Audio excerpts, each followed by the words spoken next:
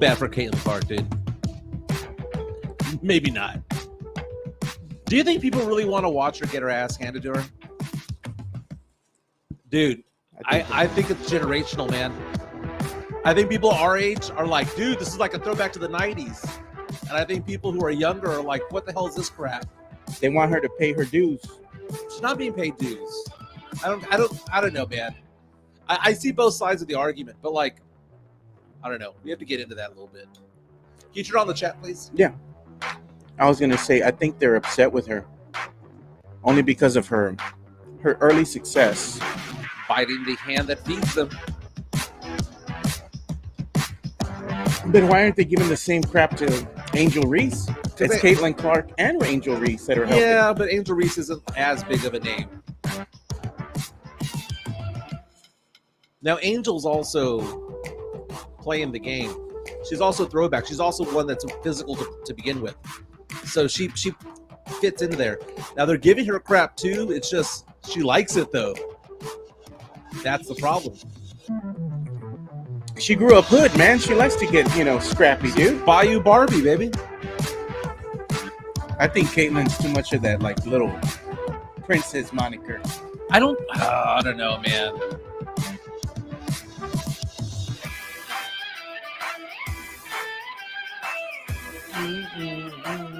Now, what's good, boys? What's up? Good morning, Tim Gonzalez.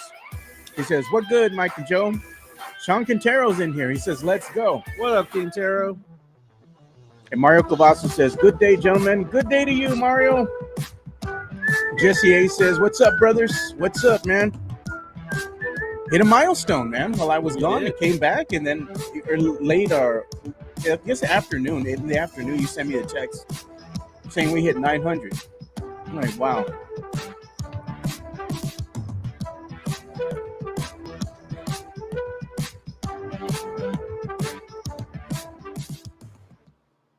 Welcome to another episode of the Alamo City Sports Cast with Mike Jimenez and Joe Garcia.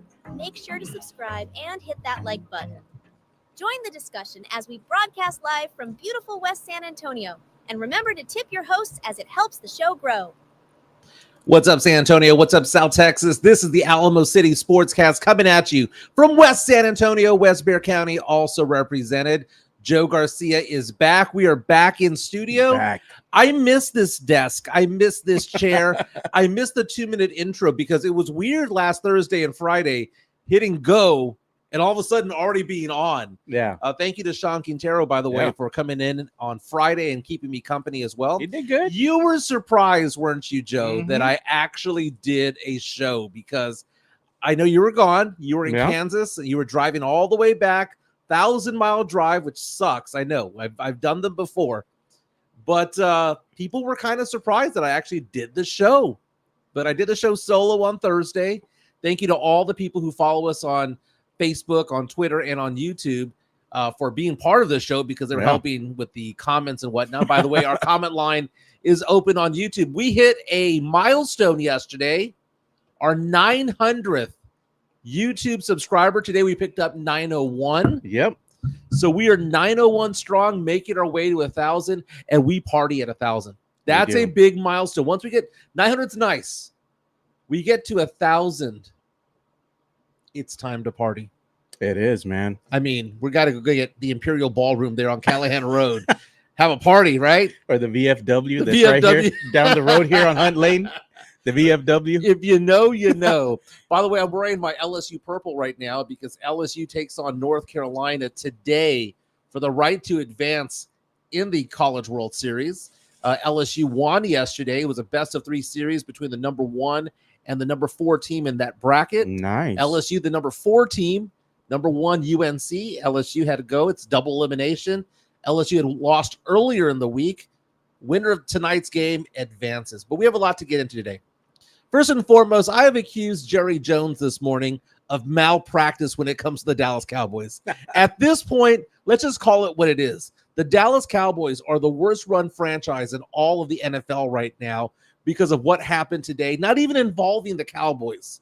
But it does affect the Cowboys down the road, which is the fact that Justin Jefferson of the Minnesota Vikings got the bag today, got the biggest contract He's going to be the highest paid player, non-quarterback in NFL history. And think about this. He was drafted in the same draft as CeeDee Lamb. And CeeDee Lamb wants to get the bag too. And CeeDee Lamb, one of the best in the NFL. He is. What is Jerry Jones doing not locking up his guys? He didn't lock up Dak for $45 million, and now Dak's price tag is probably closer to $60. He hasn't locked down Micah Parsons. He hasn't locked down CeeDee Lamb. What exactly is this guy doing? Jerry ain't got no money, brother. That's what it boils down to. Jerry is trying to make financial business decisions for the future of the franchise and also America's team. Are they close? Are they low-key tanking at this point? I think Jerry is. I think Jerry knows what's going to happen because at some point you're going to have to hit that reset button. Why not do it now rather than later? Are they trying to get rid of this guy, Dak Prescott? Are they trying to just like move him out of the way and say, oh, we're not tanking, but we're tanking low-key? That's the thing. So we'll get into the whole Justin Jefferson thing and whether or not a wide receiver should be getting paid that much to begin with. Is this a lot of money? Is this a stupid thing anyway? Well, they overpaid for the running back in Zeke. They did back in the day. He held out. We're going to get into some NBA talk. You know, Spurs, new mock drafts when it comes to the Spurs. I find it interesting what came out over the weekend as far as players that the Spurs are suddenly being mentioned in the hunt for. Caitlin Clark, that was big news over the weekend. Yeah. Caitlin Clark got clocked, got beat up over the weekend. But yesterday, she's been getting beat up. Followed it up with the worst game in her WNBA career. Should we feel sorry for Caitlin Clark? No. Why not? She's one of these, let's say, rookies, right? A budding rookie that's coming in. Yeah. Has all these accolades, has all this attention. Comes in, what does she think is going to happen in the WNBA level? It's just like playing in the NBA. It doesn't matter how good you were at the collegiate level or how good you think you are. She has a target on her back. Yeah, exactly. And right now her teammates aren't doing anything to defend her. Her teammates don't even care about her, dude. They're jealous doing of her. Nothing to defend when her. She's getting roughed up and getting pushed down on the court and all this, where are her teammates at? Okay, nobody's coming to her aid. So one question that we have today is, should we feel sorry for Caitlin Clark? Nah. Should we feel sorry for a guy named Jabari Parker? Now, there's a blast from the past. Jabari Parker, who was the number 2 overall pick in the NBA draft 10 years ago, brought to tears by our news reporter out in Europe. It sounded like he had a little accent. I don't know if it was Spain. It was Spain. He was from Spain. Yeah. So the guy asked a very honest question. And you know what? We got an honest response, an honest answer from Jabari Parker, because Jabari Parker brought to tears when it came to it all. Speaking of being brought to tears of joy and tears of agony when it comes to the 6A softball championship in Texas high school baseball, Texas high school softball, rather. Wow. Oh my God. We're going to go over that and show some highlights of that, because what a dramatic finish. And you know, what do they say? The thrill of victory and the agony of defeat. Yeah. Can you imagine being on both sides of this as a high school from Weslaco takes home the title in a very dramatic fashion? I feel so happy for them and so bad for the other team at the same time. We'll do some pop culture. Demon Mike will make an appearance. Demon Mike might make an appearance now, because while you were gone, Joe, the phrase came up, teacher mating season, which, depending on where you are in the state, is at a different time, right? Because San Antonio's largest school district, Northside ISD, is still open for business. Okay, so Thursday is when it's the last day of school. So Friday, Saturday, they're still working. They're still working, right? So they're going to be out this weekend. So I would guess and say in San Antonio, teacher mating season will begin this upcoming Saturday. But some school districts are out already. Yeah. I know some in the Valley are out. Others in San Antonio are out. Some of the surrounding counties have already finished as well. But unofficially, it's June 1 through August 15. Yeah. And just yesterday, I got a DM from one of our listeners coming out and saying, Michael, I was on a plane, I was on a flight, and this girl was rolling up on me hardcore. Guess what she does for a living? Teacher. And what was she saying? She was so happy that they were done for the year. She was like, F them kids, man. Dude, it is a phenomenon, baby. It actually happens. Teacher mating season is a thing. Again, if you want to be part of the show, feel free to leave a comment. Also, our QR code is up on the top left if you want to buy us a coffee. Helps bring the show along. I was telling the listeners the other day that I want to buy this contraption. I think this is the next step, Joe.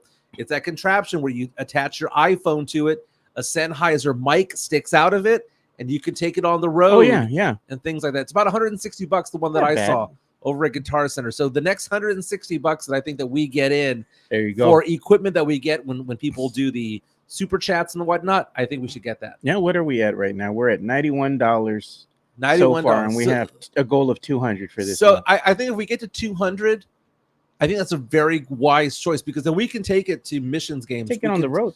Dude, we could go on to parties, like when we do the party for the 1,000 subscriber. We can take it to that. Dude, if we get Spurs press passes, if we decide to go that route, Brahma's down the road, whatever the case may be, we need to have something that shows that, hey, we are gathering official sound. We're not just sticking someone's face, your phone a phone to them, right? So we need to have something a little bit more legit. That Sennheiser mic just stands out like that. Good times, baby. Yeah. Good times. But we're going to go for about an hour and 15 minutes.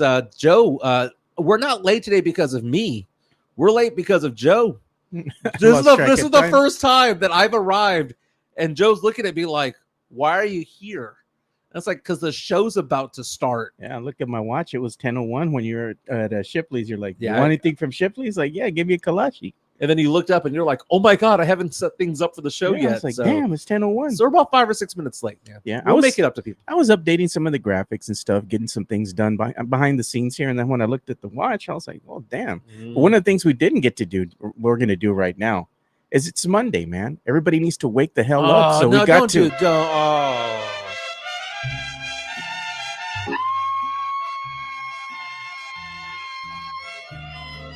Oh, brutal. Someone stepped on a nail again. Someone stepped on a nail. That's what it sounds like when it's all said and done. It's Grito Monday, dude. We got to go to the Grito to wake up the necios, man, our listeners. Dude, it's supposed to be Grito Friday, right? I mean, it's supposed to be Monday. Saturday night when you're drunk off your ass. And like, has anyone ever done a Grito sober? Yes. No. It's always some drunk dude off of 8 Bud Lights, man. Nah, you do gritos before you even get so all messed up, dude. What's the official beer of the guy that does the grito? I don't know. It's probably gonna be like MGD. Oh no, man! It's got to be some Mexican cerveza, dude. Modelos. No, it ain't. They ain't forking over money for high end Mexican beer. What's the low end Mexican beer? Is it like Sol? No, probably Sol. Estrella. No. Estrella. No. It's Tecate. Oh no, dude, that shit's nasty. Dude, Tecate is the official beer of the grito. You wouldn't even be able to knock down a Tecate Rojo, dude. A hot one. No, you wouldn't be able to drink that, dude. Jonathan C coming out and saying Bud Ice. Oh no, bro. Bud Ice is like the leftover brew at the bottom. Yeah. They just bottle it up and say, let's put it out there. Mario is saying that the official cerveza, the official beer of the grito, is Bud Light. Jonathan C also saying Sol. Others coming out calling me an uncultured swine. Very, very nice. Very, very, very nice. So, Tex-Mex Frank with Carta Blanca. Oh man, dude. And I was saying Estrella. That's what you get when you're in Mexico. Yeah. Estrella. Dude, come on. The ones with the gritos, dude, they're not going out there and forking over extra for Modelo. They're not forking over extra for Dos Equis. It is not about the quality of beer or the quality of cerveza. In that case, it's the quantity of beer. Natty Light, natural light, Natty Light, dude. Sith reaching out saying a Modelo with extra foil on top. Don't get me started with the foil. But that's it.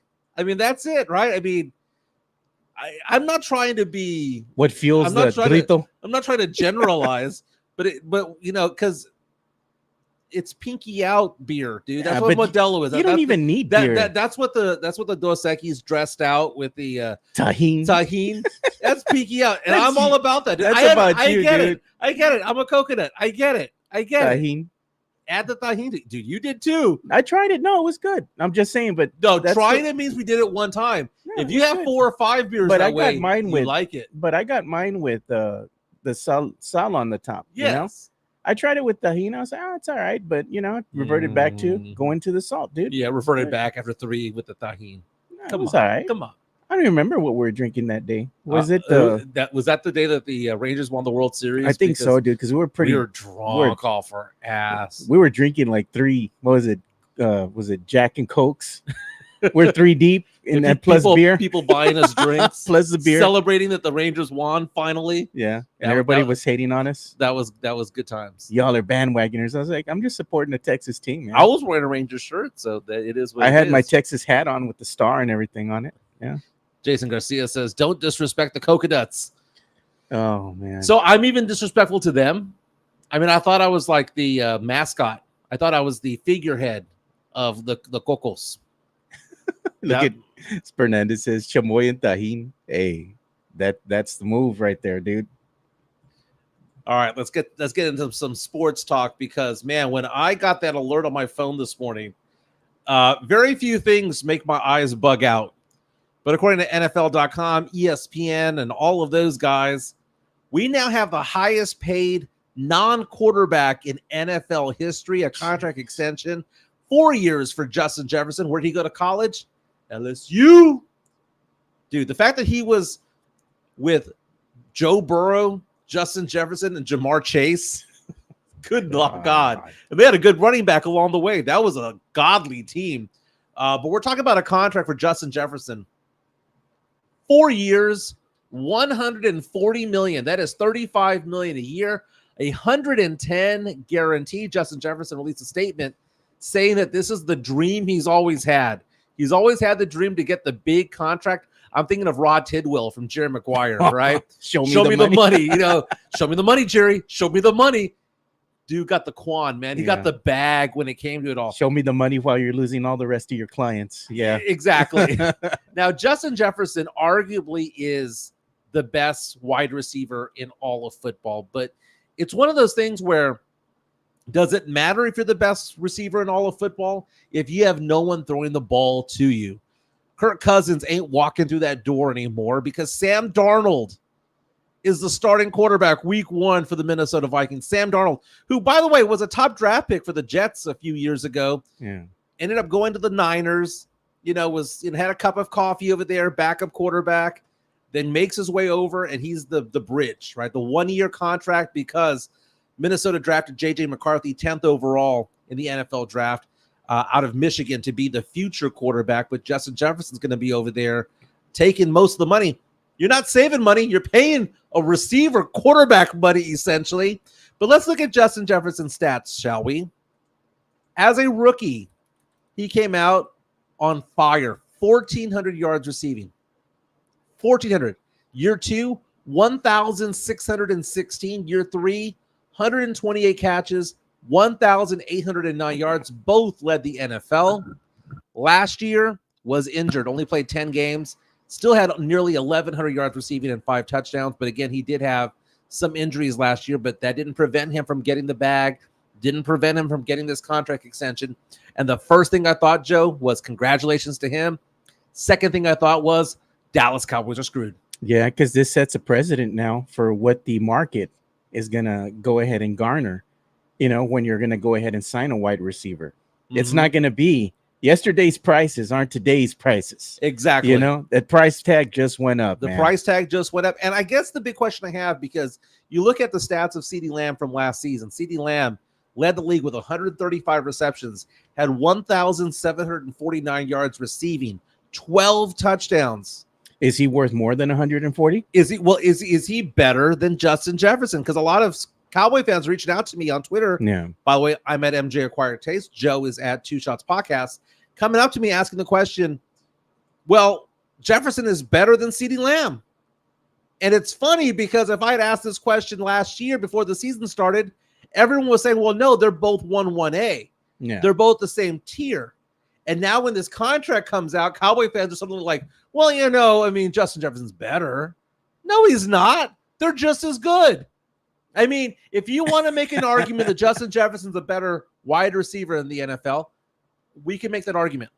But you could also make the argument for CeeDee Lamb that CeeDee Lamb is on the way up, that CeeDee Lamb, because he hasn't missed a game the last 2 seasons, might be the better play for the future. Yeah. You know what this is all going to line up to be? This is going to be where CeeDee Lamb's contract goes out, and what are they going to do? They're going to franchise tag his ass twice. He's going to want to leave, dude. In 2 years, he's going to say, you know what? I had enough, man. I'm out. Yes, and Micah Parsons, by the way, has already said he wants to make more than 30. So think about that, Cowboy fans. Dak Prescott, CeeDee Lamb, Micah Parsons for a grand total of about $125 million for those three players. You don't have the cap space for all that, man. And that is why I have been saying that the window has closed. Okay. They have to hit the reset button. Not to quote Milli Vanilli, but it's a tragedy for me to see the dream is over. The window's closed. Blame it on Jerry. Blame it on Jerry. Yeah, yeah. Overpaid. Blame it on the star on the side of the helmet. Oh, anyway, man, God. Went with it. Had to go with it, man. This is unrehearsed. But the fact of the matter is that, dude, they're screwed. They are screwed. Micah Parsons can start selling raspas or nalgas. F that, right? Fernandez coming in with all in. And here's the thing, man. No, and David Allwater's trying to throw shade at me. Saints not doing nothing neat either. Saints actually have gotten better over the offseason. They were a 10-win team last year. And I'm not going to say this, the Saints are going to go make some noise, right? Not with your quarterback. Yeah, I'm indifferent. He's got weapons though. But come on, bro. I mean, you've seen that quarterback. Your quarterback, you got to be honest. You're going to say he's all right. He's all right. He's all right. I mean, they were 9-8 last year, and they were missing Alvin Kamara for a good chunk of the season. Yeah, they were. So, and then Shaheed didn't become Shaheed until later on. It's a decent team. They're not a rollover team. They're going to lose week 2 to the Cowboys. They're not going to go to Dallas and win that game. They're always going to be there in their conference. But they're going to be there. They have the easiest schedule in all of the NFL. They're going to go get their 9 or 10 wins. Will it be enough to win the division? We shall see. But the offensive line of the Saints, if they get better, they get better. You know, because that's what they did, man. Unsexy draft picks. They got offensive linemen this year. And so I'm excited about this year. Protect your boy. I'm excited about this year because I know that my team that was 9-8 last year got a little bit better. The Cowboy fans, your 12-win team last year, did it get better? No, they got worse. You lost some people. Did it get better? Were the Cowboys 12-5 last year? What was the record last year? Yeah, I think they were, dude. They admit this in the offseason. They lost some key players, man. Oh, the Cowboys have lost so many players, man. Yeah, they were 12-5 again last year. It was back-to-back years. Mike McCarthy might be on the clock, on the hot seat when it comes to this, but they're handicapping him, man. They are. And you look at this offseason for the Cowboys. This is the first time in my 47 years of life on this earth, right? My Saturn has returned almost twice. 47 years on this earth that I've ever heard a Cowboy fan come up to me and go, this ain't our year. No, it's always their year. It's always, we damn boys. Super Bowl. And, Vamos para la Super Bowl. This is the first time where they've all jumped off the car. They've jumped off the bandwagon a little bit. David Allwater, I got my boys winning 10 games. And if they go 10-7, they're not making the playoffs. That you are saying at that point that they're not making the playoffs. For the Cowboys to make the playoffs, they have to win the division. And 10's not going to do it this year. Yeah. Commanders suck. Giants suck, but the Eagles reloaded. Better. They got better. The Eagles reloaded, and they're going to have a healthier Jalen Hurts because last year you had a hurt guy. You had a Hurts. Oh, man, Hanover Fist. Nah, this is still our year, boy. 10 is a wild card in some seasons, but not this year. I don't even know if that's going to get you to the wild card. No, 10 doesn't oftentimes get you there anymore. No. Tony Ornalis coming up to us and saying that he's a realistic Cowboys fan, and next season is not their year, especially with no running back. Again, no Tony Pollard, right? Who do you have as RB1? Is it Zeke? I mean, Zeke's good for what, 3 yards? I mean, is it Turpin? I mean, is it gonna be that 5'6" guy? Come on, man. The Cowboys team sucks this year. And are they gonna get 10 wins? Well, they're gonna get 2 freebies for the Commanders, unless Commanders' new head coach knows all about the Cowboys inside and out. I mean, is he going to be able to throw something out there to steal a win? The Giants, no Saquon. Where does Saquon go again? Saquon. Isn't he with the Eagles? By By the way, speaking of which, oh man, that's a tough one, dude. Now that Saquon's over there with the Eagles, dude, they just got even better. You know? And then they picked up some other players in the offseason as well. Speaking of which, there's going to be some punishments handed down this week by the NFL to two teams. One of them, the Philadelphia Eagles, and it's all about the tampering of certain players and things like that. Now, they were saying that the Saquon Barkley one wasn't that big of a deal, but they'll probably lose a draft pick, maybe a third or a fourth rounder. But there's another team out there who is going to be punished pretty harshly, and it's probably going to lose a first rounder. So look out for those NFL news. You know, it's not Wojbomb. Who is it? The Adam Schefter. Yeah, Shefty. A Hanover Fist reaches out and saying Barkley is damaged goods. But when that guy is out there, man, he's good. Last season, as a 26-year-old, Saquon Barkley, 14 games played, 962 yards on the ground. He also had 280 in receiving yards. I mean, come on, man. 1,200 yards from one guy in 14 games. The Cowboys would wish that they're going to have a guy like this next year. Man, if he's damaged goods, what's the Cowboys RB running back committee looking like right now? Garbage, dude. I like this comment from Tex-Mex Frank. Does it not matter how much Mike says my Cowboys girlfriend is fea? She's still my numero uno. And you know that's going to be the consensus with Cowboys fans. It doesn't matter how bad they are. It's still America's team. They're going to still ride or die with them, dude. Oh, man. I don't know how you can be America's team when half of America hates you. That's all right. That's why I have my Sancha team, the Texans, bro. Yeah.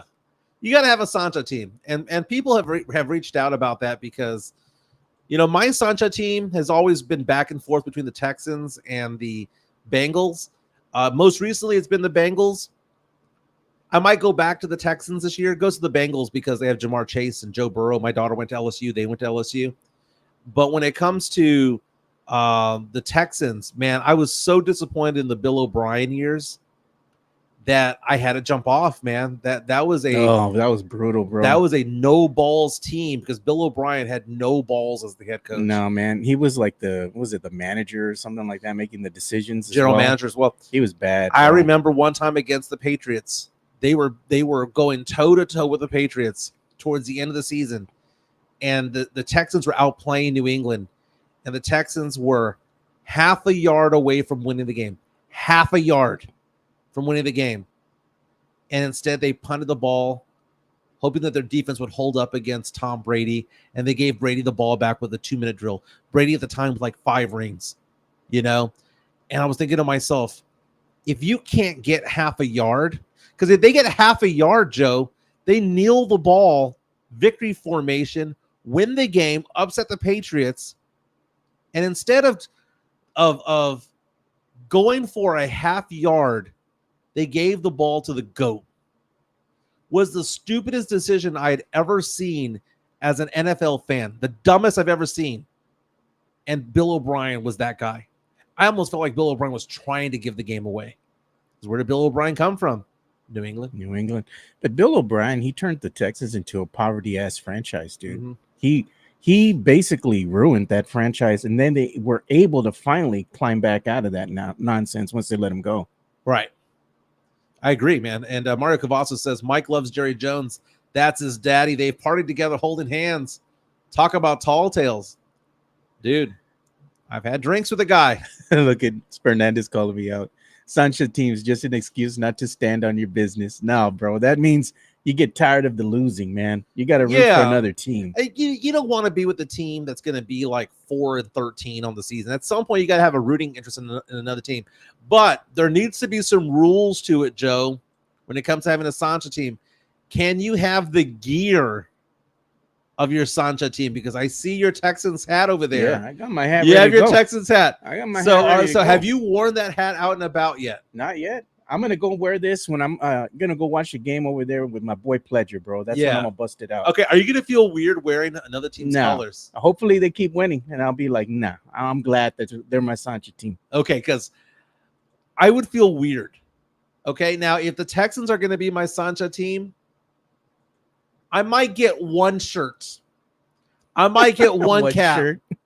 But you can't make it where it's part of your wardrobe. Dude, I could wear LSU gear all week long because my daughter went there, and every time I went to go visit, I'd buy 2 shirts. Yeah. Right. I have probably a polo from the Saints, and I've got 2 hoodies of the Saints, and I've got 5 or 6 T-shirts. Yeah. Right now, I know there are some Cowboy fans out there who their entire freaking closet, full of is Cowboys jerseys. gear. Okay, I'm not like that. I've got maybe 6 articles of clothing, right? Though I might get some Saints shoes. I posted a photo of some kicks that were out there, the Air Force Ones. Oh yeah, they weren't that expensive, $85. But I was like, you know what? I might get a pair or 2 of these things. Mm-hmm. But I can't fill my wardrobe out with 2 teams. Like one shirt. I'm gonna allow 1 shirt for the Sancho team. Yeah, one shirt. I'm gonna have a shirt and a hat. JHNSB saying Spurs are a respectable franchise, unlike the Cowboys.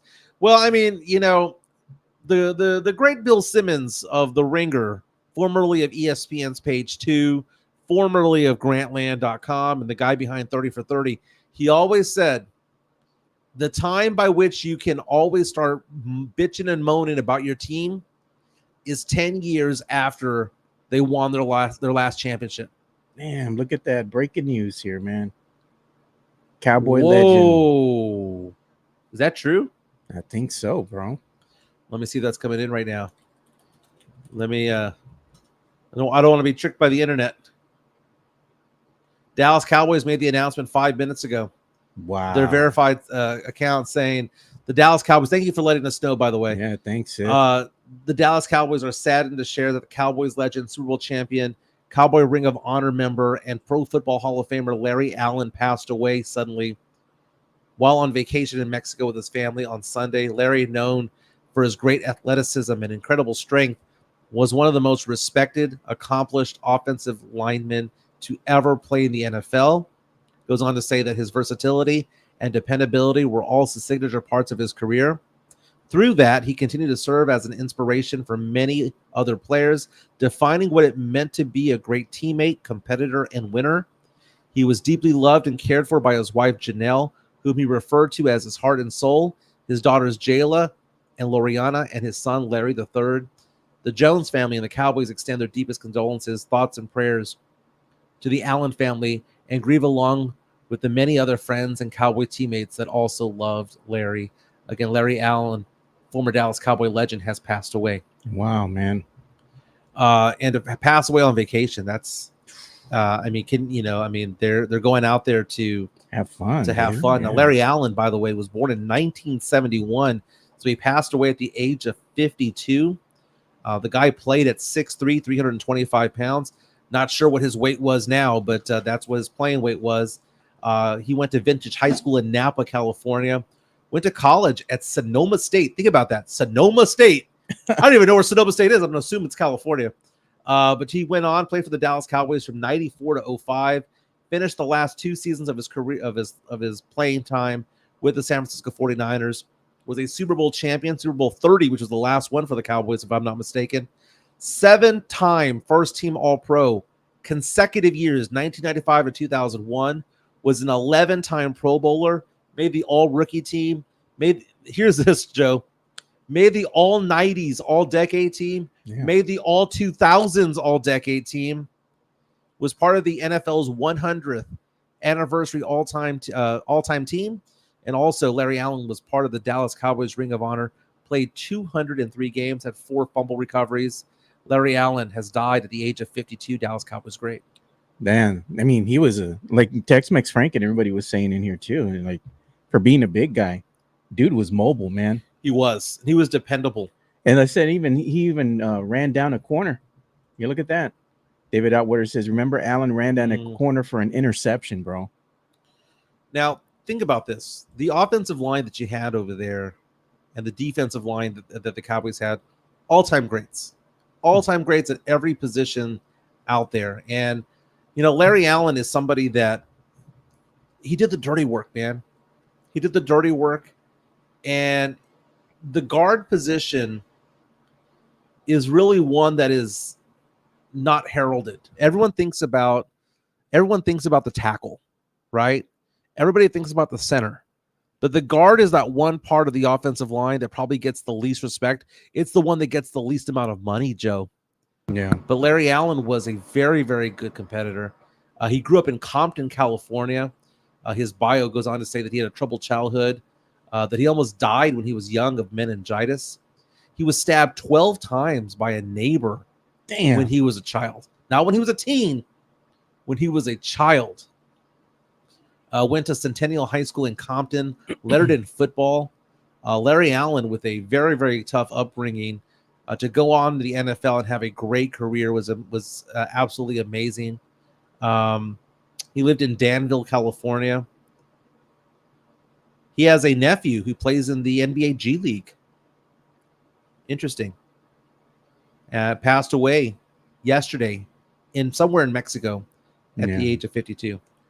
What a shame, man. It is a shame. And I mean, obviously we're going to try to find out exactly what happened.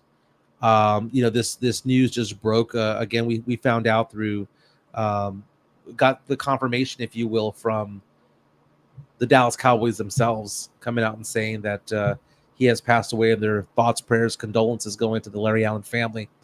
That's always sad, man. It's sad when you think about some of the greats that you watch playing. I talk about this with my dad sometimes, and it's happened to me too. When you have like a musician that you grew up with pass away, it's almost like a part of you died. Yeah, man. It makes you think a little bit, like, hey, man, like all these people that we grew up watching, familiar faces. Yeah, we saw Bill Walton died last week. Man. Bill Walton died last week, and that's another legend. And we have this in memorandum about all these players who have passed away and celebrities who have passed away. Yeah. I know, like in music, my music, Scott Weiland, Chester Bennington, Chris Cornell, all these guys, Lane Staley, have all died over the years, and it makes me feel bad. And then athletes, Kobe Bryant passed away, and it's like a part of you passes away. Now, I'm not saying that Larry Allen was that guy, because don't get me wrong, Larry Allen was a big figure of the Dallas Cowboys in the 90s, right? But I mean, that was Troy, Michael, and Emmett's team, right? And you go down the list, somewhere around 10 or 12, you come up and say, well, Larry Allen, right? But that's very, very sad to hear about. Passed away at the age of 52. Cowboys legend. Now I feel bad for talking bad about the Cowboys. For real, dude. You gotta give them a pass for the day, man. Pass for the day. All right, let's talk about something that I had never talked about before up until about 6 months ago or so. Actually, about a year ago, I was really getting into the whole Caitlin Clark drama. Yeah. Okay, because what happened over the weekend with Caitlin Clark, we really need to get into. Oh, man. So you got the video? I'm going to call it up right now. Caitlin Clark had her worst game ever yesterday. I think she had like 3 points. Yeah. They got stomped. And she gets stomped too. Yes. But Caitlin Clark is a polarizing figure right now. And I'm showing some of the video. Look what happened to her. Get off me. Okay, so the problem, a lot of people are like being supportive of this, saying, well, it's just 90s basketball. That's the way that it was played back in the day, all that stuff. And others are coming out and saying, well, wait a minute. Why are you biting the hand that feeds you? So let's go back in time. Caitlin Clark is the most popular WNBA player right now. No doubt she is box office. She is making this a legit league. I know they've been around for 25 years and they've had quote unquote stars, but we're seeing brawls going out now in WNBA. I mean, this was just the other day. A brawl broke out between two other teams. There's a lot going on right now. But look at this video, man. Look at what happens in this video. She gets leveled, thrown to the ground. Her teammates right there. Nobody comes to her aid as far as going at the opposing player that just knocked your teammate down. I have a problem with this for a couple of reasons. Nobody comes to her aid. Nobody comes to her aid. And that's problem number one.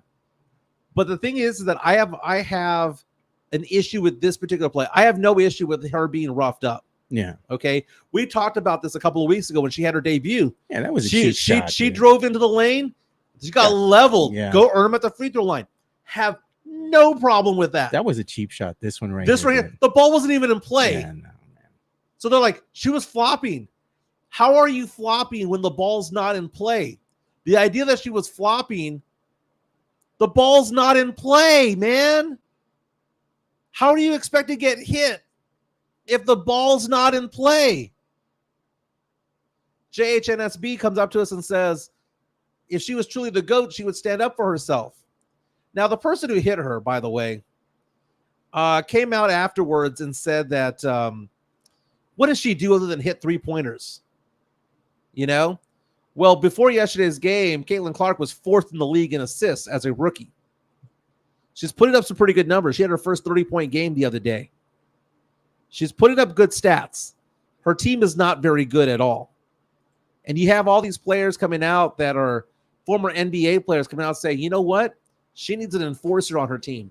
She needs somebody to come up and kind of help her out here. I mean, she's getting leveled. Nobody's coming to her aid. I mean, they help her get up off the court, but nobody's starting anything. You know, it's like they just finished leveling one of your teammates. You would think you would come and stick up for her. Let me ask you this.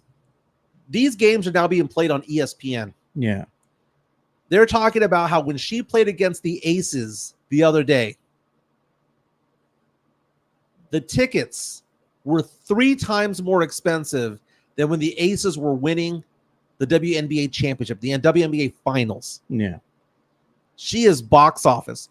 They're pushing MLB, Major League Baseball games off of ESPN 1, the main one, right? And putting WNBA games instead. Yeah, because she's getting that draw right now. But the thing is, people want to watch her. When you draw that much attention, you got to produce, you know, or they're not gonna love you no more. You know, and I think other players are taking offense to that. You know, so well, why are they offended? What exactly has Caitlin Clark done to offend these players? She's become the media darling. So what? You know, and I think no one gave a crap about the WNBA before her. I think that's what they're getting offended by. You know, like nobody really gave a crap about what they were doing before she came here. So, but now that people are watching, yeah, what's that old saying? You know, a high tide raises all boats. Why are they complaining? Well, you know, and I understand you want to make her not make it easy for her. Yeah. I get that. I get the whole playing rough. I get the whole hard fouls. But why be dirty against her? That's what I don't understand. Why be dirty? There's just natural animosity towards her from the other players in the NBA, the WNBA. Tony reaches out and says, jealousy, bro. Jealousy. Yeah. That's just basically what it is. Chris Gonzalez coming out and saying that would not happen to Sue Bird, Diana Taurasi, or Maya Moore. Diana Taurasi's scrappy, bro. She'd go right back up. She was throwing stuff in the other day when they lost the game. She was hitting things in the background. Yeah. Vainstein saying women really hate other women winning. You know what? Women are mean to other women, bro. No lies. And this Shanity Chandler, or whatever her name is, because I don't care what her name is, because she's a nobody, by the way. For her to come out and say, well, what does she do? What does she bring to the game?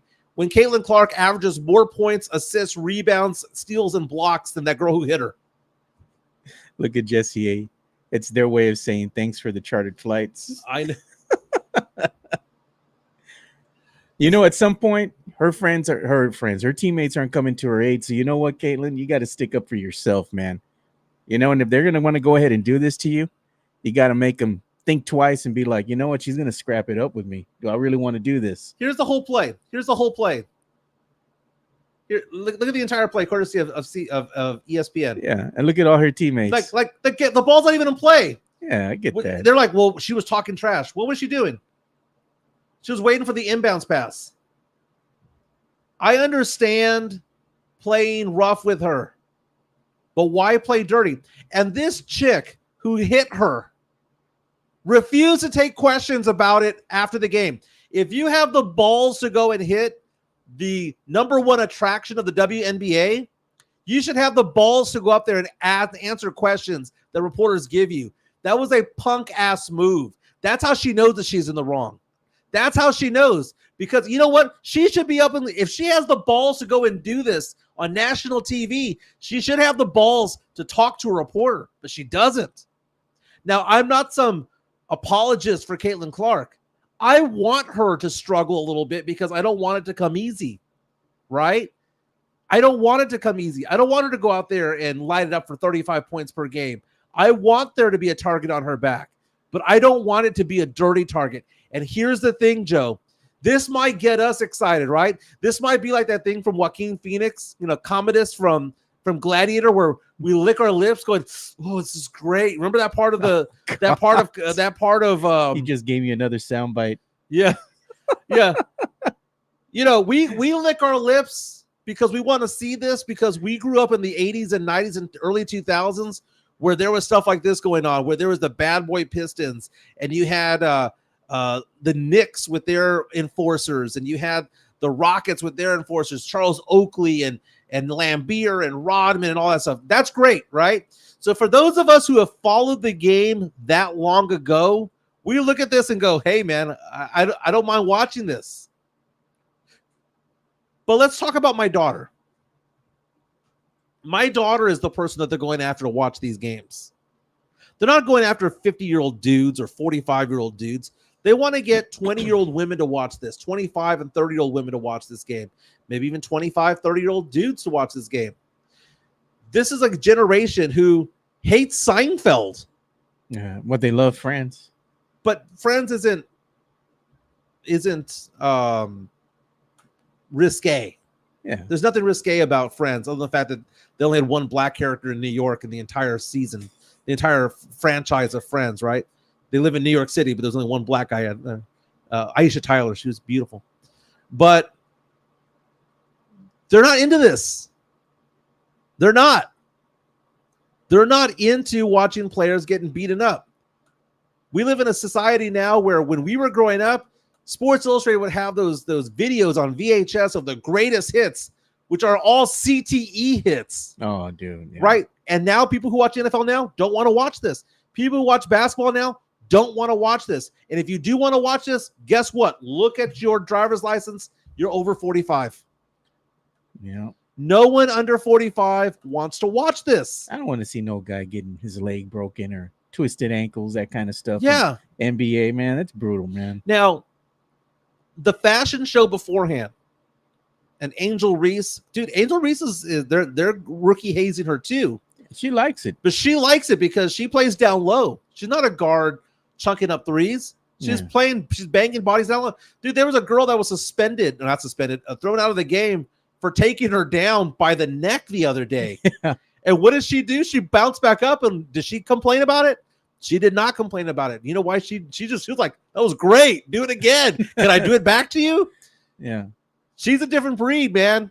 So she's receptive towards that. But the thing is that Caitlin Clark is the gravy train. Imagine if this girl had injured Caitlin Clark to the point where she tore her ACL and was out for the year, a season and a half. What would that do to the WNBA?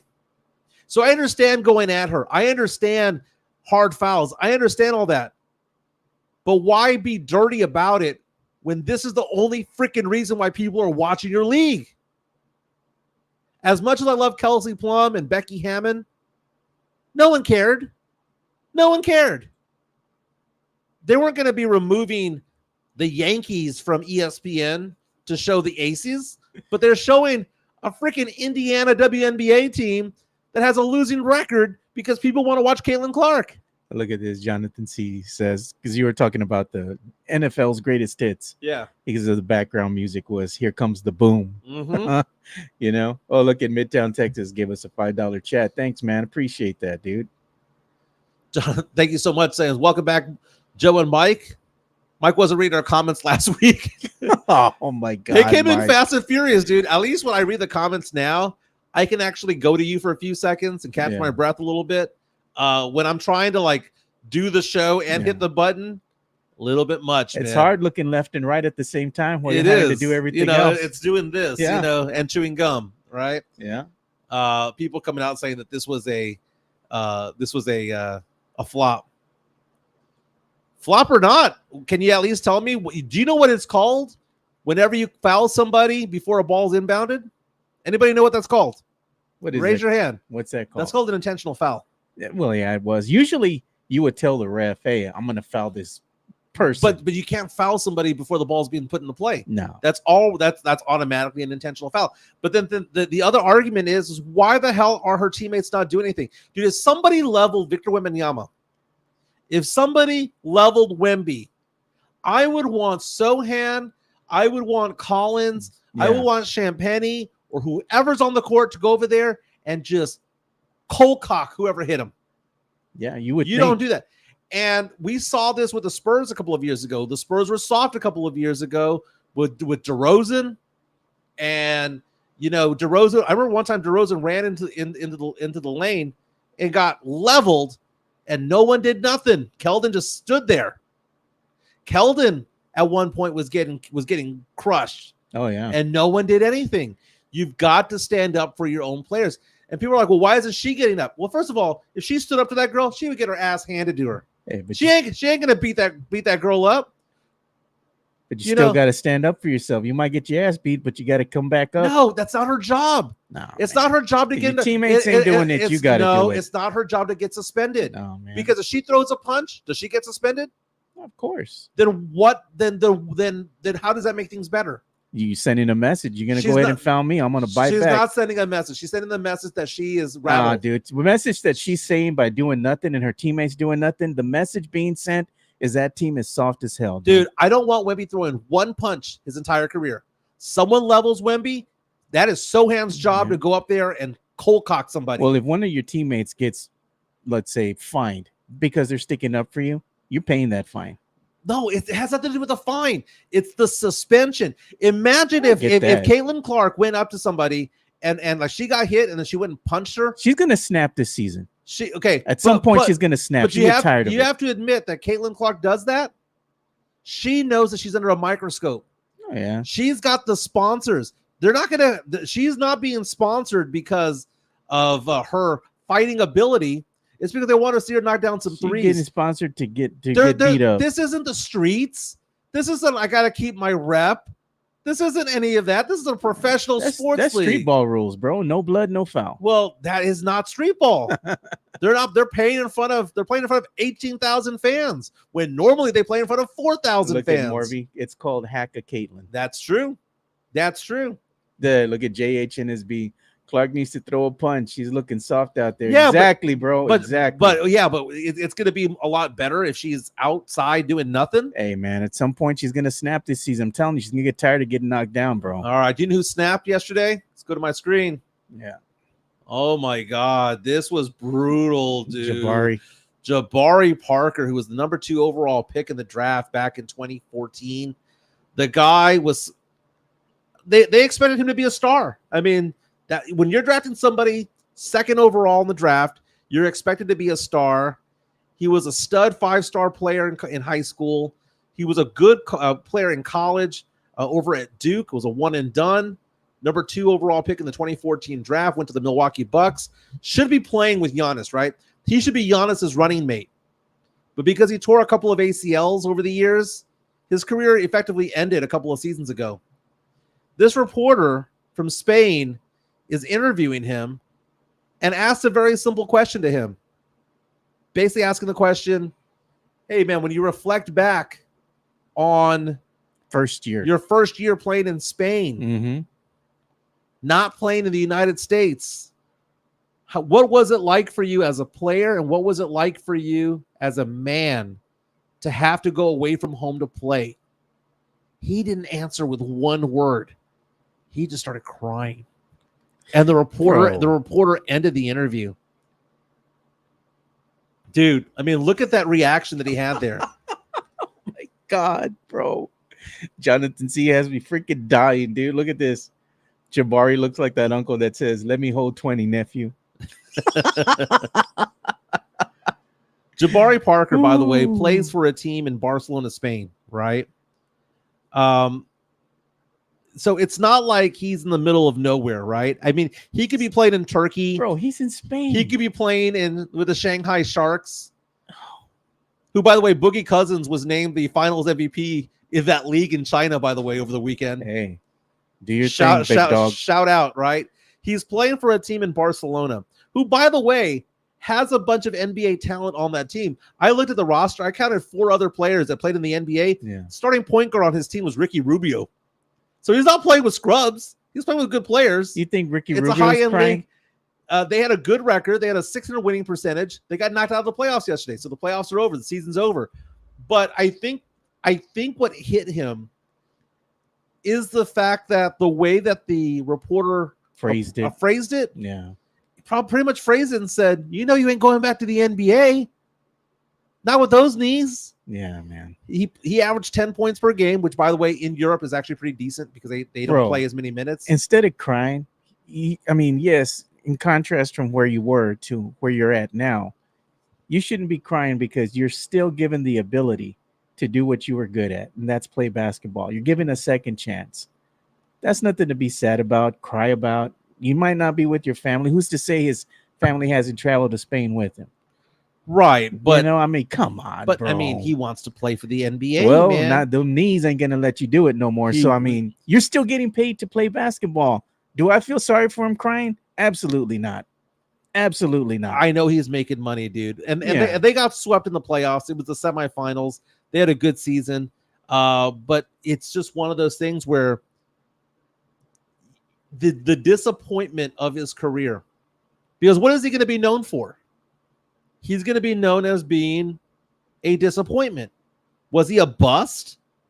I wouldn't say that he was a bust because it's kind of hard to be a bust. He didn't live up to expectations, man. Yeah, but you get certain leeway when you are injured. Greg Oden. Oh, God. Talk about a bust, man.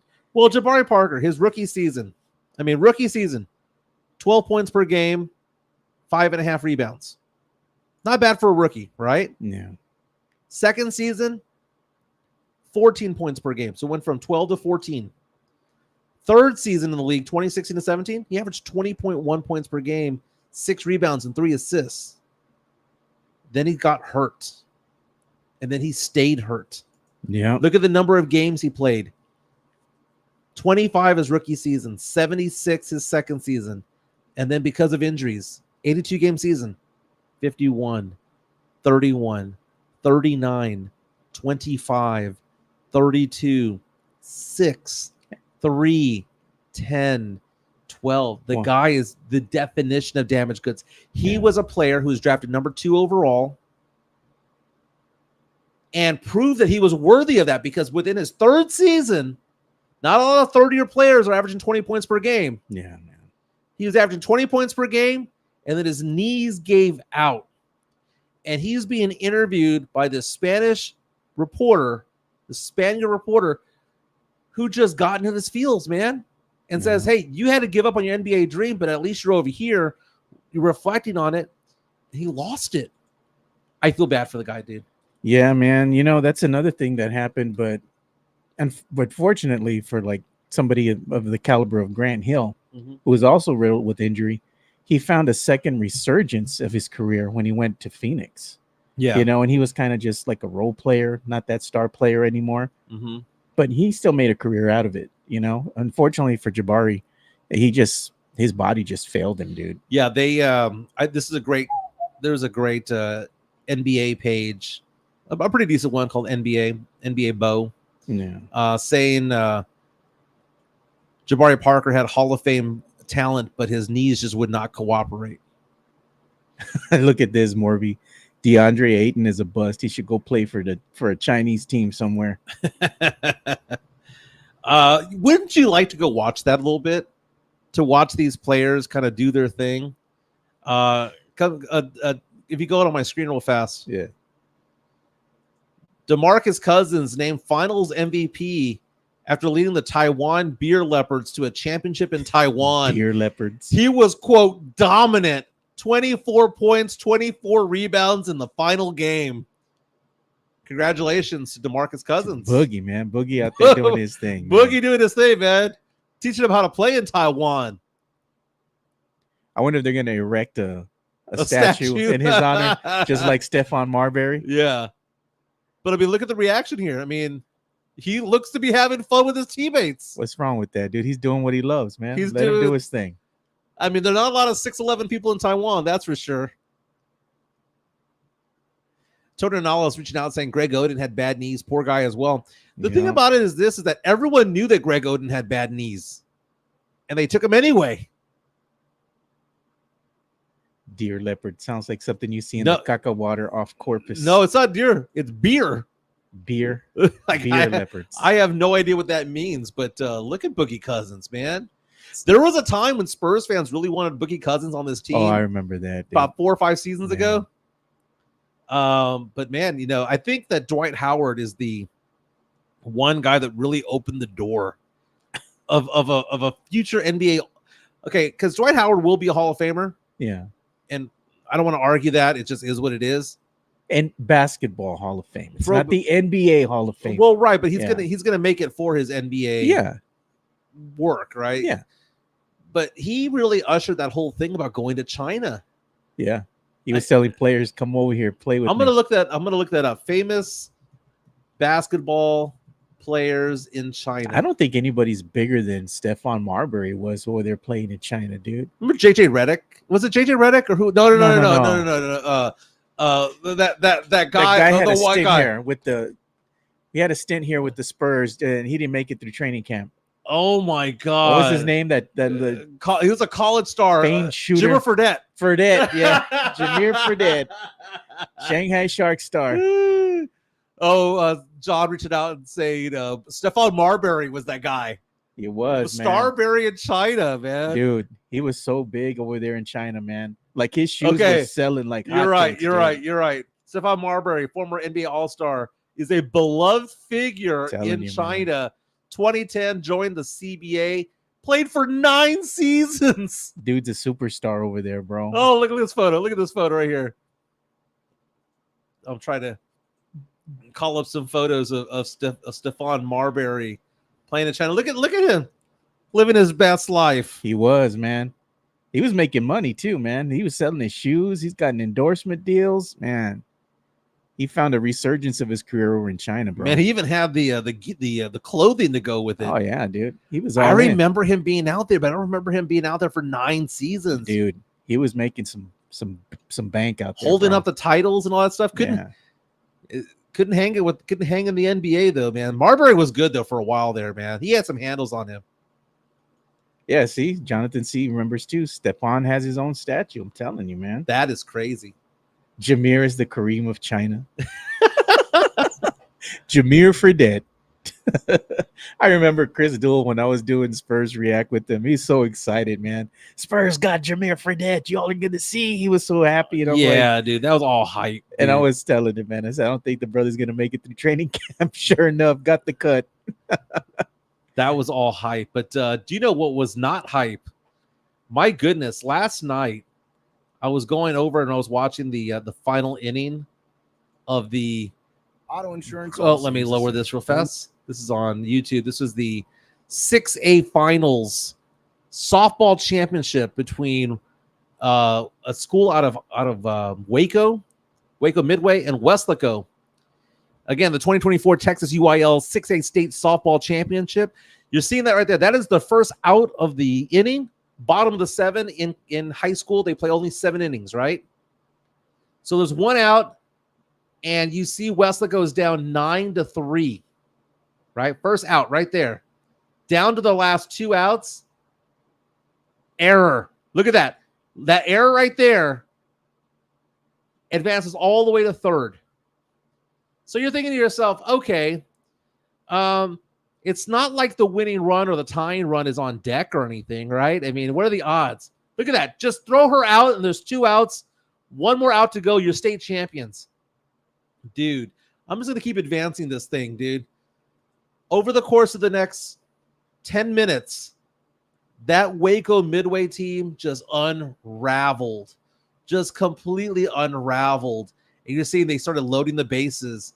And then there was another single, and then another single. And it all ends over here 9-6, dude. Look at this, 9-6. Still 1 out. Bases loaded. And now they load the bases in the bottom. You know what's going to happen, right? You know what's going to happen. Should have done the Bambino and just point out. Just point out. I mean, we don't even have to tell you what's going to happen. Let's just show this to you. What's going to happen right here. Let me see the name of the person, because I want to give the proper name. Andrea Ortiz, a sophomore, steps to the plate. A sophomore, not a senior with a lot of experience, not a junior with a couple of years of experience, goes out there and let's see here. Here it comes. I think this is the pitch right here. 2-2 pitch down to a strike right here. 2-2 pitch. Cranked it. Out of here to win the state championship. Wow. The first time a team from Weslaco High School has ever won a state championship in any sport. This was the first time the RGV had ever had a softball team from the RGV ever even make it to the championship game. Go out there and win. Down 9-3 when the inning started. Just 3 outs, and the first batter was out. And then it all started because of an unforced error. Pitcher couldn't throw out a batter at first. What a great comeback. Alonso reached out to us and saying, Puro 956. A la verga. That's pretty damn good, man. I mean, but the other team, can you imagine how they're feeling? You could have had this one, dude. Yeah.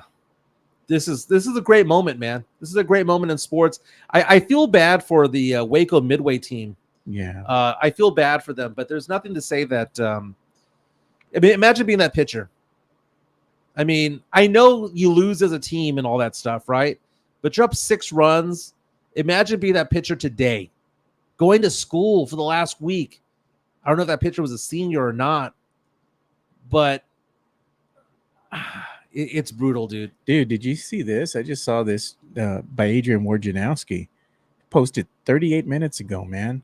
The great Alonzo Mourning, man. He underwent surgery to remove his prostate after a diagnosis of stage 3 prostate cancer. Bro. Wow. Man, it seems now that, the cancer did not spread, and they're saying that he's considered cancer-free. Alonzo Mourning is one of those players that he was really good. Yeah. He's in the hall of really good. I don't know if Alonzo Mourning is in the Hall of Fame or not. And by the way, there's nothing more scary than prostate cancer for a guy. Tell me about it, bro. I had a client who died of prostate cancer, and I'll never forget when he called me. Man. I had been his advisor for many, many years. He called me up one day and was like, "Hey, Michael, I have something to talk to you about, tell you." And I remember asking him, "What's wrong?" Yeah. And he goes, "I've got prostate cancer." Damn. This was a guy that had just retired, man. He was going to live the retirement that he wanted. He had saved all this money to do so. And he was basically told that he only had a few months to live. And the last time I saw him, he was frail. Oof. He wanted to get his affairs in order. By the way, for those of you who don't know this, if you have somebody who's terminal, who has 12 months or less to live, the life insurance company will pay out more often than not half the life insurance while they're alive. So I managed to get this guy's life insurance paid out, and we paid off his house and all that stuff so that his beneficiaries wouldn't have to do it. Yeah, they don't have to worry about that. And the greatest compliment I ever got was he told me, and he told his brother, "You need to work with Michael. He's been taking care of me for 6 years. I want you to work with him." Yeah. And they continue to do so. And so for this guy to have a removal of prostate cancer, a stage 3 is devastating. That is the one. If you were to say, Michael, what is the one disease or the one illness you don't want to go get? It's that one, man. That's the one that scares the living crap out of me. Yeah, and now we're getting up there in age, so you know what that means, dude. We got to go Finger get up checked. The butt. Yeah, bro. Finger up the butt. Look at Alonzo Mourning's career. NBA champion in 2006, 7-time All-Star, All-NBA team, All-Second team one time. So both. He was Defensive Player of the Year twice. He was a blocks leader twice. He was All-Rookie team. He is a Basketball Hall of Fame member. All right. I don't remember him getting in the Hall, though. Not yet. I mean, I don't even know his name has been mentioned or they've nominated him. He was inducted in 2019. Oh, was he? Yeah. Oh, no, in 2014. He was also inducted into the FIBA Hall of Fame. I didn't even remember that, dude. The FIBA Hall of Fame. Why? Because he also got the gold medal with the 2000 Sydney team, the U.S. men's basketball team in Sydney. He was also a gold medalist for the 1994 FIBA Gold Cup and the bronze in the 1990 Argentina FIBA World Cup. Yeah. He was also a member of the Goodwill Games back in 1990. Alonzo Mourning was good, man. I never saw him as a superstar. Yeah. He was just really good. We talk about like what's that, Domantas Sabonis from Sacramento? Like, he's really good. Yeah. He's gonna have like 7 or 8 all-star appearances. He's really good, but he's not Wemby. He ain't his daddy, dude. He ain't Arvydas Sabonis. That's right, man. Chris Gonzalez saying Zoe got a statue. Just ask Vince Carter about his statue. Let's give some love to Jeff Garcia from Locked On Spurs and Ken's 5. Here we go. Doing what he does.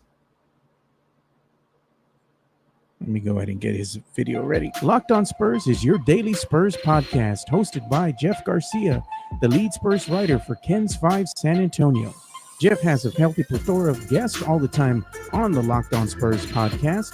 You can also follow Jeff on Threads at Jeff G Ken's 5 SA. You can also follow Jeff on Twitter at Jeff G Spurs Zone. So make sure you go ahead and give Jeff a follow, not only on Threads and Twitter, but also on YouTube at youtube.com/@Locked On Spurs. This is where you're going to be able to find the replay of the Locked On Spurs podcast. Make sure to like, subscribe, and share. Now, there's an article from Jeff Garcia from Ken's 5 and Locked On Spurs. He's talking about Jeremy Sohan. He spoke about the Spurs rebuilding and believing in the process of building a winner. Quote, "We're staying patient." Talking about Jeremy Sohan and the Spurs development. Your boy. Bringing the team together. I was at the Spurs Club over the weekend, late at night. They're open until midnight. And when I was there, I saw some players on the court practicing. Didn't look like any of the varsity squad. I think they were probably members of the Austin Spurs. Yeah. But it was nice seeing them get a practice in. That was pretty cool. RJ Marquez of Ken's 5, I'm sorry, of K's at 12 rather, posted this video. I don't want to play the sound of it though. Let me just mute it. Let me mute that. Larry Allen passed away at the age of 52. Cowboys legend. Someone brought up the point that Larry Allen managed to get to track down a linebacker. This against the Saints back in the day. Look at Larry Allen at 325. Get it, big man. Get it. Look at him go. Save Tony Romo from getting pancaked. Look at that. Look at this. Look at this against the Saints. Deflection, interception. He is going from the 30, the 40, the 50, down to the 40. This is in the Superdome in New Orleans, Louisiana. Not on my watch. Saving the touchdown. Not only didn't push him out of bounds. Just got him down. Just roped him up like a calf. No oxygen needed either. Larry Allen passed away, age of 52, which is really, really sad. Speaking of reporters here in town, I'm going to turn this off. Speaking of reporters here in town, I got a text message yesterday from one of the reporters at Ken's 5. And I'm there going, why are they asking me these questions about a story? Joe, they reached out to the wrong Mike Jimenez. Oh, God. You got mistaken for the guy on Channel 5? Yeah, because I used to work there. Yeah. So they were messaging me about this story. And I'm like, I don't know what the hell you're talking about. But I can be there in 30 minutes if need be. Yeah. Well, they responded back to me and they're like, hey, Michael, we're apologize. Wrong Mike Jimenez. And I said, well, in your records there on your cell phone, put down Mike Jimenez OG. So you know which one you're talking to. OG. Mm-hmm. OG, triple OG. Mario Cavasso saying Mike wasn't a Saints fan when that happened. You're right. I didn't become a Saints fan until like 2005. I was a Houston Oilers fan probably around that time.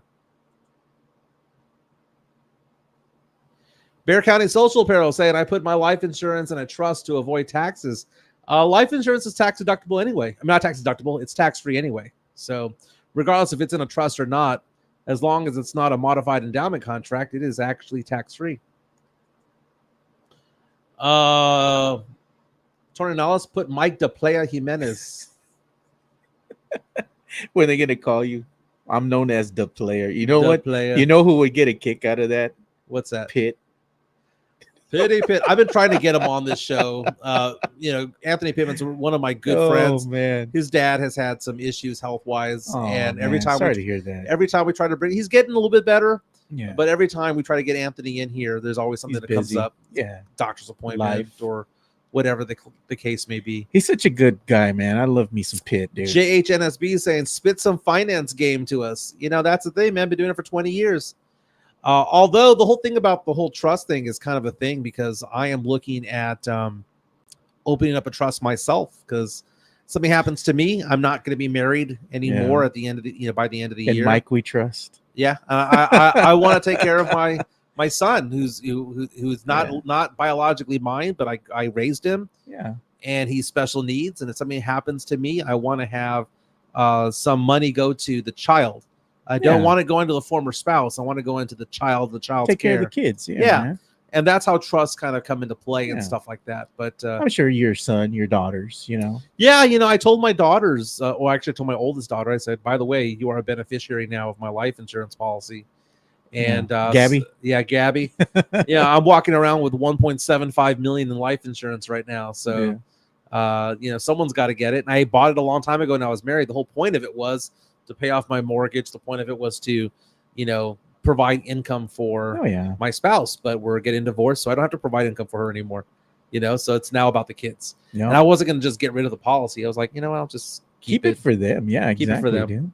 You don't want them to be liable for anything that you might owe after your passing. Yeah, Bear County Social Apparel is saying generational wealth. It's amazing how that works, because I've always said this: even if it's the smallest policy, $25,000, $50,000. Do you know what I hate, man? And this is part of being Latino, man. And Latino in general, you hear someone pass away, and here comes the plate sale. Yeah. Here's a chicken, sausage, rice, beans, $15. We need money for a funeral, when really that should have been covered by life insurance. Yeah. And the amount of life insurance that's needed is not the burial. And oh my God, all these people getting life insurance through their employer.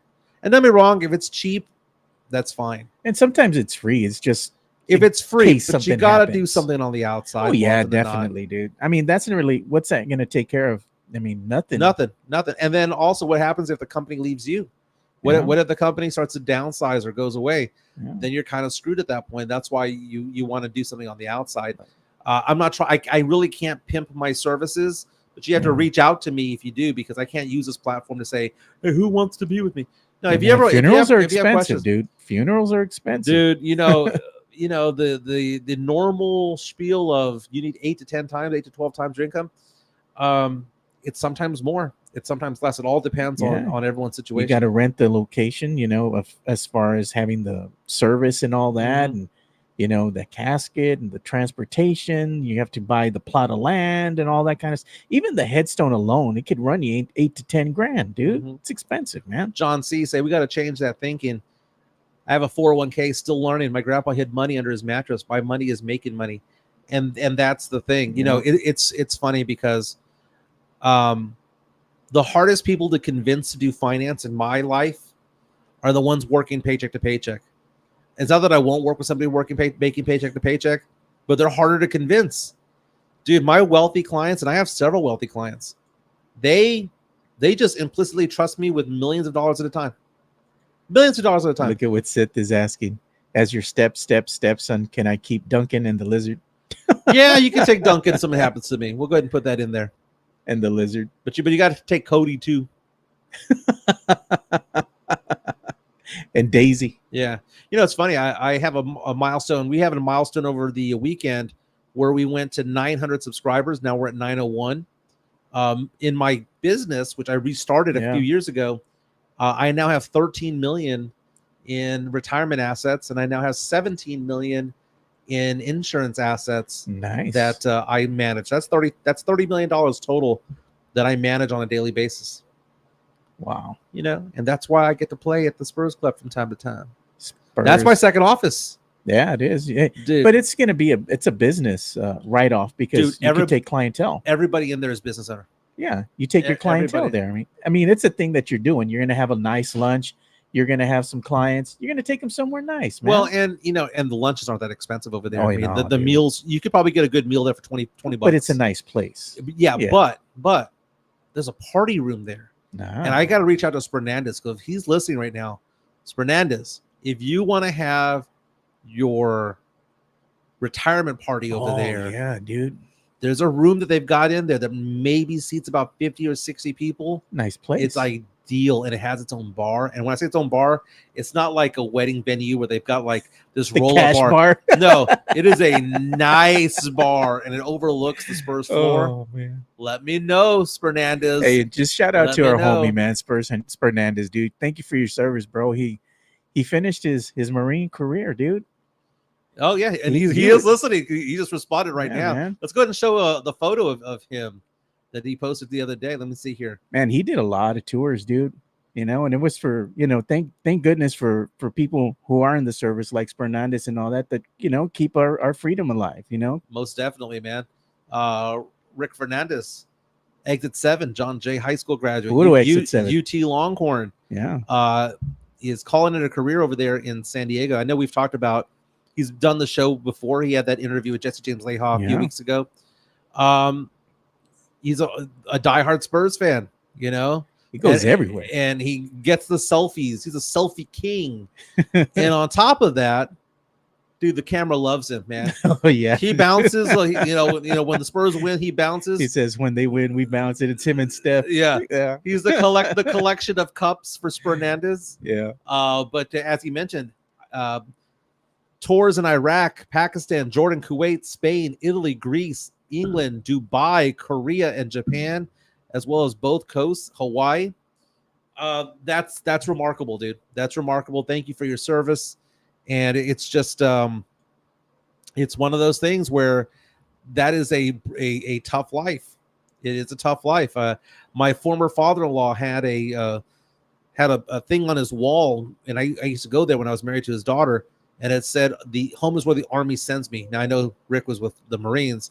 Yeah, but it showed every place that he had gone to, from Stuttgart, Germany, all the way to Korea and Japan and whatnot.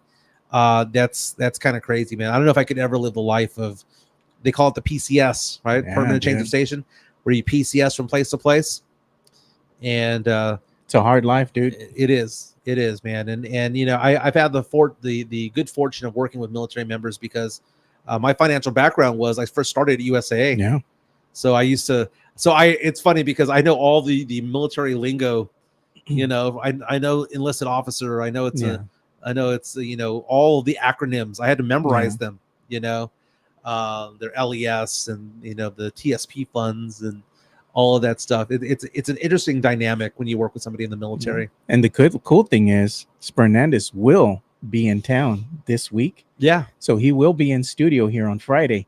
And we have a secret guest joining us in studio on Friday. I wonder what the next move is going to be for him. I was kind of caught off guard. I remember him telling me a while back that he was, in the last couple of years, but I didn't know if it was going to be 2024. Yeah. But that's 21 and a half years of service. Yeah. Hey, man, he's going to get 52.5% of his pay for life, baby. Yeah. Congratulations. Pension begins now, man. Getting the pension at 40 something. That's not bad, man. Yeah. Not bad. Yeah, he's going to start the second phase of his life now, dude. So congratulations to him, man. Dude, he's going to make some bank. Oh, yeah, no doubt. He's going to make some bank because my experience working with those who are retired military, they get out around 45 or so. Dude, by the time they're 47, 48, they are making some big time bank. It's because of the discipline. It's because of leadership. It's because of hard work. It's because of getting up early. It's because of caring. And it's because of selfless attitude. No matter if they're going into finance or if they're going into sales or they're going into, dude, one of my clients, good friend of mine, was an 03 over 12, right? He was about to go 04. And once you go 04, you have to go 05 at that point. You have to go lieutenant colonel at that point, right? You got to make it to at least that. And he was in the Army. He was a leader of a Foxtrot company over here at Fort Sam Houston. He had tours in Iraq and Afghanistan and whatnot. But because of PTSD, he just couldn't handle it anymore. And he had some issues with that. And I was there with him when he had some episodes. We were at a wedding downtown at the St. Anthony Hotel. And for those of you who've ever been to the St. Anthony Hotel, it's a really nice old hotel, but they have a ballroom in there that has this area there. It's like all the way around the ballroom. There's an upstairs area, and it's like railing all the way through. And he was so freaked out being in that room. He was looking up. And I was like, what's going on? And he says, I can't help but be looking for snipers right now. Yeah. And he told me some very intimate deals about like what happened to him and things that he saw, that he told me he couldn't be in the military anymore. Well, what ended up happening was he ended up going into the reserves the rest of the way, so that he's not there full time. That guy now works in sales for a large company, a very, very large company. And he's pulling down some major bank, dude. Guy's making about $300,000-$400,000 a year now. And look at this, man. Mario Cavazos. Fernandez is going to open up his own sports bar, naming it Puro Pinche Burgers. It's Fernandez. That's what I'm talking about, baby. Yeah. Alias, his AKA Rick. We know him as Rick, you know. I just looked at the time, dude. Yeah, dude, it's getting up there. I just noticed. Holy heck, man. We didn't even get to the Demon Mike segment. We didn't even get to pop culture. We were gonna I was gonna ask if Eminem's a thing or not, man. Might have to get to that tomorrow. I know. I do want to update a poll that I did yesterday. Oh, yeah. Let's go ahead and check that out. Yeah, I saw that. I retweeted it. So it's funny because I realized I had done this poll like 4 or 5 years ago, asking the question, what is the greatest movie? Because Sean Quintero, who was with us on Friday, asked the question, what was the greatest Patrick Swayze movie? What is your favorite of the 4? Ghost, Roadhouse, Dirty Dancing, or Point Break? Because I'm going to go Point Break. I like Roadhouse, man, but I think Point Break holds a special place for me, dude. I like that. It's such a good movie, man. Now, here's the thing. He wasn't the star of the movie. No. Keanu Reeves was, but that was probably his best character. He played a great villain, dude. That's the thing. Now, Ghost was a great movie. Yeah. Because, I mean, it was so dramatic. You know. Your favorite scene's the pot scene? They're making that clay pot. Oh, they're making the clay. Yeah. That was great. I loved that movie so much. The floating penny. You know. Was Willie what was Willie the guy that did the murder? Oh yeah, that was Willie Sanchez or something like that. Anyway, great all the way around. Love that movie. Roadhouse is classic, but it's campy. Okay, yeah. I'll never get tired of Roadhouse. It'll be 30-40 years from now, I'll be at home in my 70s watching Roadhouse. Okay, still that original, the OG it just kills the new one, dude. That remake is terrible, bro. But Brad Wesley was a great villain. In Roadhouse. Remember he's driving? Yeah, he's going swaying back and forth. I love that. Dirty Dancing's a great movie, but that's more of a Jennifer Grey movie than anything else. Yeah, but you're right. The best character was Point Break, and people are like Red Dawn. He died early. Yeah. Okay. Wolverines. Pow. He didn't even survive halfway through. So we're going to put down Point Break. Point Break, dude. Okay, so the voting with 129 votes, 29.5% saying Point Break. So it's 29% to 28 for Roadhouse, 23 for Dirty Dancing, 19 for Ghosts. Just goes to show. Put my vote in. Put my vote in. I did. All right. I did for Point Break. I can't vote for my own. I would have voted Point Break also. Yeah. But it's a great scene. Dude, the jumping out of the plane. Oh, yeah. And if I'm not mistaken, Point Break was directed by Catherine Bigelow. It was. Yeah. You still remember the bank scene, dude, where they were all wearing the mask? Yeah. Holding up the bank. We talk about how much we love the town. Isn't the town really just a ripoff of Point Break? Point Break, yeah. But Catherine Bigelow, that was her first major directorial role. She had done stuff beforehand, but that was like her first big budget one. But she went on to go do The Hurt Locker and a lot of other good movies out there. She was married to James Cameron for a few years there. But I look at the movies she's done: Point Break, The Widowmaker, The Hurt Locker. She did Zero Dark 30. Oh yeah, they were all good films, career, man. dude. Good films, career. dude. Very, very nice. Well, and I was going to tell everybody, if you haven't watched it already, watch it, man. I just saw this over the weekend. And Netflix apparently now just has Godzilla -1. It just came out on Netflix. If you're a fan of Godzilla movies, this one's actually a good one because it's like a low budget that they had to make this film. Mm-hmm. But what they were able to do with it it's just amazing. Like, it's not low quality. It's a really good quality film. I Wow. enjoyed it. Well, I got to check that out. Some news and notes. I saw this earlier today. Sources are telling ESPN that the New York Giants are expecting tight end Darren Waller to retire. And apparently Waller posted a song the other day. I think he's performing. I think he's a musician also, where he's basically apologizing to Kelsey Plum, who he married last year. Oh, yeah. Las Vegas Aces, former San Antonio Silver Star. Like, how do you lose that, bro? Dude, he's losing his career and her. Yeah, Darren Waller, he's a young guy, dude. He's a young guy, 31 years old. Said during an Instagram Live on Friday that a decision was coming very soon, that he's been contemplating retirement since the end of last season. Dude, if you're thinking about retirement in the NFL, just go ahead and retire. Your mind's not there, dude. Just go ahead and retire. Hurt, man. Larry Allen, again, passed away at the age of 52. That's a tough one, dude. I'm going to be thinking about that, man. It makes you start thinking about, time coming to an end. I mean, right now, I'd say we're in our sophomore season of life. Well, you remember that song by Don Henley, The Boys of Summer? I remember that song. Yeah, it was also redone by the Ataris. And I hate remakes, but the Ataris did a pretty good spin on good. it. Yeah. The Boys of Summer is actually a song about being middle-aged. Yeah. I don't know if you know that. Yeah, I did. So the Boys of Summer are gone. Yeah. And he's talking about how I can see you, and he's talking about going by her house, but I know that you're not home. Yeah.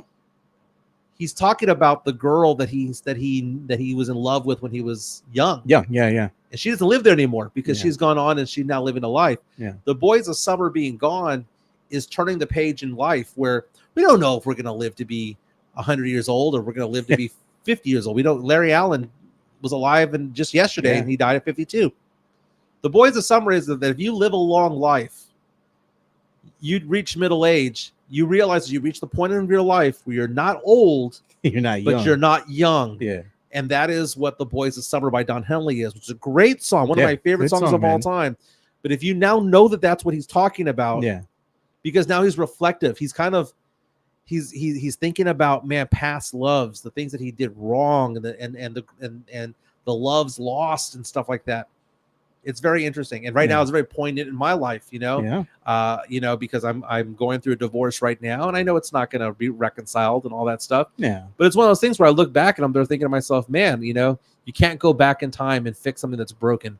When a vase is broken on the floor, it's broken, right? But what a great song, man. Yeah, people reaching out saying Plum is a dime. She is a dime, bro. That was Alonzo. Yeah, Jesse A asking, do you see that music video you put out? I saw a portion of it. Yeah, and I saw the people making fun of it. They're clowning him on it. He probably cheated on her, didn't he? That's the consensus, dude. I'm like, how do you cheat on that, bro? Like, damn. Kelsey Plum is a dime, dude. Like, how do you cheat on that, bro? Like, straight up. And you know what? She seems like a really cool person. Like, there's not one person who looks at Kelsey Plum and thinks to themselves, oh, what a jerk. She seems to be pretty cool. She's very fashionable. Kelsey Plum, dude. Future NBA, WNBA Hall of Famer, dude. He's going to regret that, dude. He's just dumb. He is dumb. Dumb. She's the ace on the Aces, man. She's the Queen of Hearts on that Aces team. She got your heart. She got my heart. Oh, Lord, man. Nugget. Hey, man, we got some NBA Finals talk to be coming up here this week on Thursday, man. That's when it gets underway. What's that again? NBA Finals get underway on Thursday. Yeah, go ahead and give me the Mavericks. I'm going to be cheering for the Mavericks because you know what? I mean, here's the thing: Luka's the best player in the whole series. And if you're to ask yourself the question, who's the second best player? Is it Kyrie? Is it Tatum? Is it Jaylen Brown? I think it's Kyrie. So, Finals MVP. Show me a team. Yeah. An NBA Finals where the team that had the two best players lost. I think the Mavericks are going to take it. Yeah. Some of the best bets that you have on there, by the way, I think I saw one that said 8-1 odds, not 80, 8-1 odds. Will Luka Doncic have 30 points or more in every game this series? Yeah. Not win or lose, just 30 points per game. It was like 8-1 odds.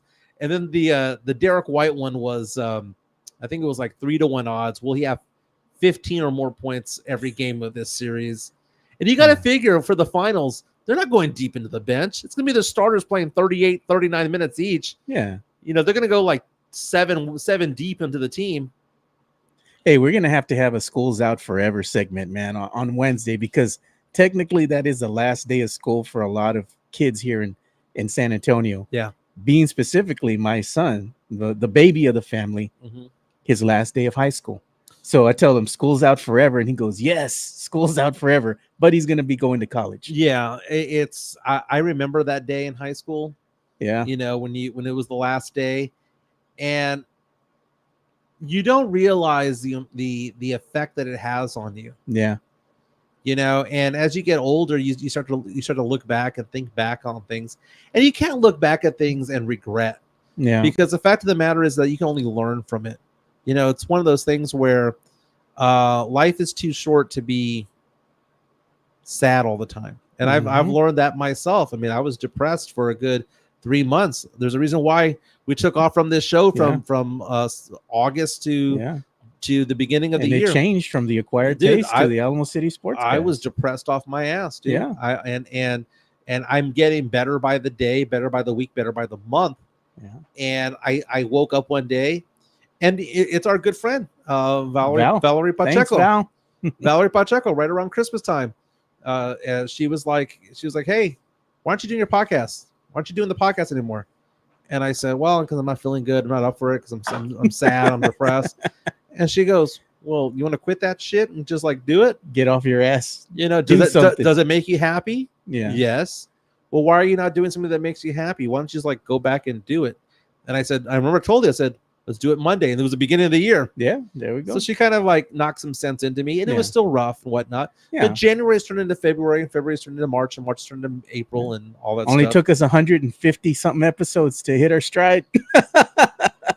This is the best sports talk show in town. It is, man. You know, it is. And then we can't do everything we do without the listeners and without the support of everybody here. So we greatly appreciate every single one of you. And more importantly, we appreciate the other members of the Alamo City Podcast Network, Brandon Medina, Spernandez, Chicana Fuerte.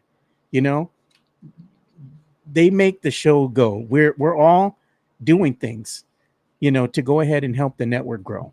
You know, so even though, you know, people might not always see everybody on here, believe me, we still communicate almost like on a daily basis or weekly basis, and we're keeping tabs, and everybody's working to, you know, go ahead and make this the best network that we can. So we appreciate everybody who's a part of the network, and especially the fans who make this show go. That's it, man. And the milestone that was hit yesterday was 900. I got a feeling that I know who 901 was today, because I was just talking to somebody about the podcast this morning, and I said, hey, he goes, oh, I know you have a podcast. I was like, okay, have you seen it? Yes. Have you subscribed to it? He goes, I don't think I have. And I said, well, let me send you the link to subscribe. And we are now at 901 subscribers strong. Wow. 99 away from 1,000. That's when we get the party. Yeah. And you know what? My son bought me the Wembanyama Funko Pop. So I know they have some over here at the HEB on Marbach. So I'm probably going to go and buy at least 2 or 3. We'll give them away. You know, this is the first time our podcast has gone to 12 o'clock, but we're doing it right now. Hey, can we go ahead and do this 24 hours nonstop, Mike? John and C, don't forget, Mike, if you want to go out with a counselor teacher season, I got you. Hey, man, DM me a pic. Let's see what's up. Kidding. Kind of not. Maybe. Yes. No, not really. But you know, it's fun, dude. It's fun. But like I said, got my head on straight. Got to go back to work over here. Go LSU Tigers tonight, trying to advance deeper into the College World Series, taking on #1 ranked UNC. Let's make it happen. LSU Tigers. Go Tigers! And rest in peace, Larry Allen. Yeah, man. 52. Rip. A legend. Gone too early. Yeah, man. We'll be back tomorrow. See you boys tomorrow.